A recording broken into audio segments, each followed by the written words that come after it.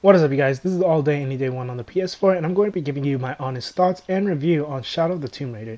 Now, keep in mind that the last Tomb Raider game I've played was way back on the PlayStation 1, so you're basically listening to someone with fresh eyes of the newer versions of the Tomb Raider game. Since this is a sandbox story-driven game, I will be reviewing it with these specific topics such as graphics, storyline, side missions, challenges, character connections, animations, movement, and combat mechanics, voice acting, and music, as well as the ambience. Also, if you enjoy this video, don't forget to hit the like button and subscribe, as I'll be reviewing as many new games to come as well as uploading the full game. First things first is graphics. So, graphics is definitely one of the major keys for story-driven games, let alone any game in 2018. This game has a great environment, and the lighting in the jungle makes it look even better. Textures in characters and NPCs could have been a bit better when it came to the actual gameplay, but during the cutscenes, it definitely made me not want to blink. I do understand that many people don't really care too much about graphics, but for me, when the game solely focuses on the storyline as well as being a single player game, I do normally expect graphics, lighting, and textures to all be pretty much top notch.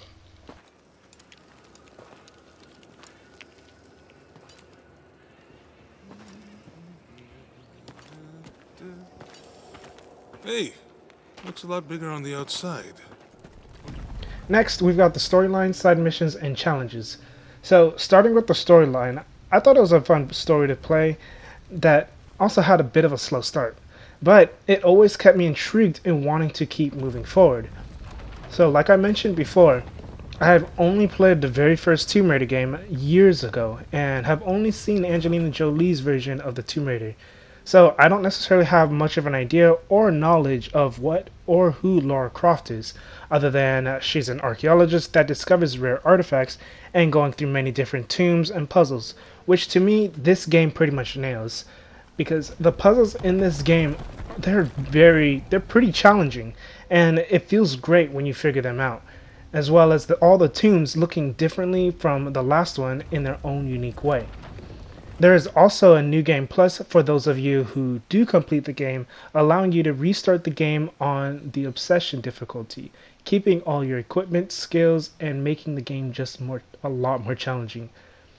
Tomb Raider challenges, well, it's called Tomb Challenges, in this game is more so for the type of players who want to have a challenge and something extra to do rather than just the main storyline and side missions.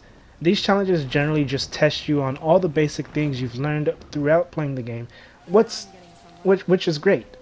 And even after you leave that specific area without doing the Tomb Challenge, you can always go back and do it even after you've completed the storyline. Yes, this'll do. Almost done.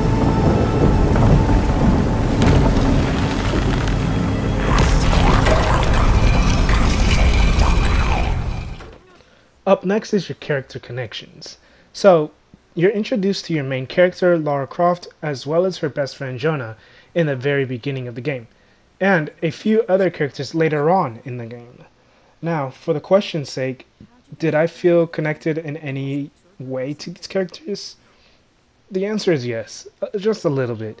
I didn't necessarily feel entirely bad when one of the characters died, but during minor plot twists, I did feel a bit emotional towards the character.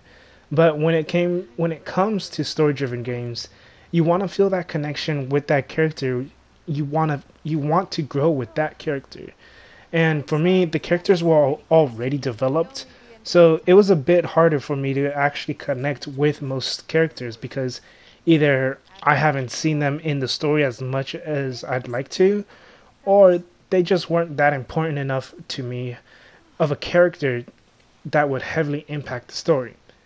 That being said, there was a character I was afraid of losing at times, which is a good feeling because that means I was connected with one of the characters in the game. Yeah. And you just walked out of the crash. Well, it's cruising pretty low. Animations, movement, and combat mechanics is next.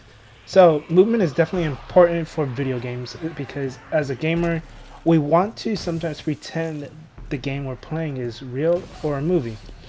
But it can't be neither if the movement looks funky or a little too wonky. Movement in this game is definitely one of the funky types. Does that mean it's a bad game?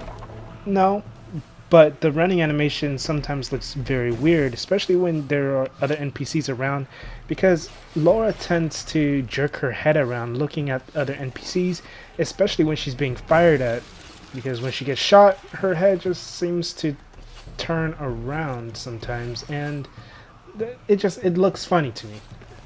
Now, for the facial animations as well, it could have been it could have been better. It could have worked on a bit better.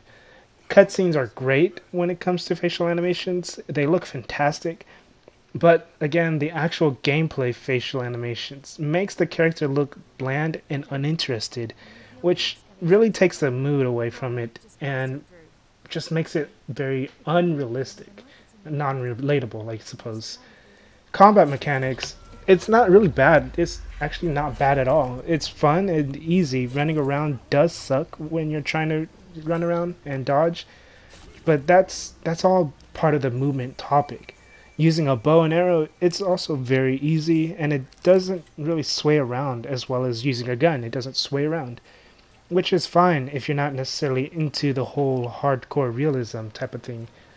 Stealth gameplay is a major point for this game because 9 times out of 10 you'll be going into stealthy interactions rather than head-on interactions, which is why I thought it was a great that's why I thought it was really great that the stealth mechanics and gameplay was perfect.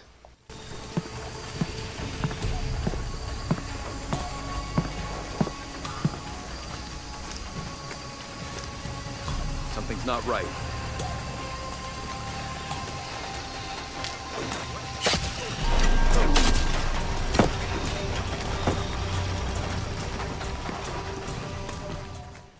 Number 5 is the voice acting. So, voice acting can be a bit tricky, because for people like myself, we wouldn't necessarily know how these characters are supposed to sound. I really only know what Lara Croft is supposed to sound like, and I think they did a great job with her voice. With the other characters, I think they fit well, and I think they made it pretty believable. There were some cases in the storyline where the tone of the character's voice didn't really match the scenario, but overall, I thought it was a great job. These are the stations of the cross. But there's a bunch missing. Before 1600, there were only 7. This could date back to the time of Lopez. The last thing is music and ambience. So, let's start with the music. Like I've stated before in my previous review for Spider-Man, music is very, very important for literally every game.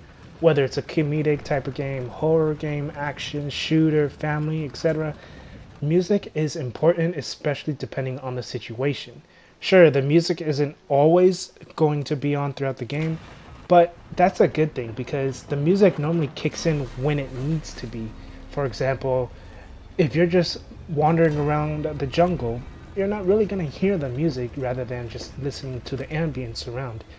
But when you enter somewhere that you probably shouldn't be in that type of in this type of scenario, then you'll start hearing something more of a intensified music, or if you're being chased, or if you're in a firefight, that's when you will start hearing the music. Now, I realized how hard it would be for a developer to have the wrong music choices, but I've seen that in other games. The music in Shadow of the Tomb Raider I thought was great and fit each part of the story perfectly. The way it had a intensified music when you get into a firefight or when you're in a tomb, and they sometimes have a low horror-like music going on in the background to make it even more scary, to me was spot on. The ambience of the jungle in the small towns, the tombs, etc. was perfect as well. It just made me want to explore more areas to hear what other things the developers may have implemented. The sounds of apes in the trees, or birds cawing, or being in a tomb and hearing hollow noises or water dripping, it really made me feel like I was actually there.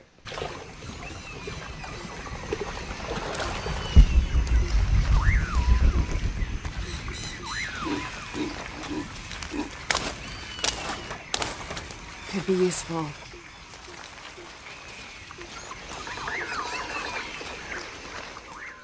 That was pretty much everything I wanted to cover with this video. Like I said earlier, if you enjoyed the video, don't forget to hit that like button, share, and subscribe. Also, if you want to see specific game reviews that is available on the PS4, let me know down in the comment section and I'll definitely do one or work on one in the future. But keep in mind, I will be reviewing many different new games coming out. This is all Day 1 on the PS4. Have a good day, good night, and peace.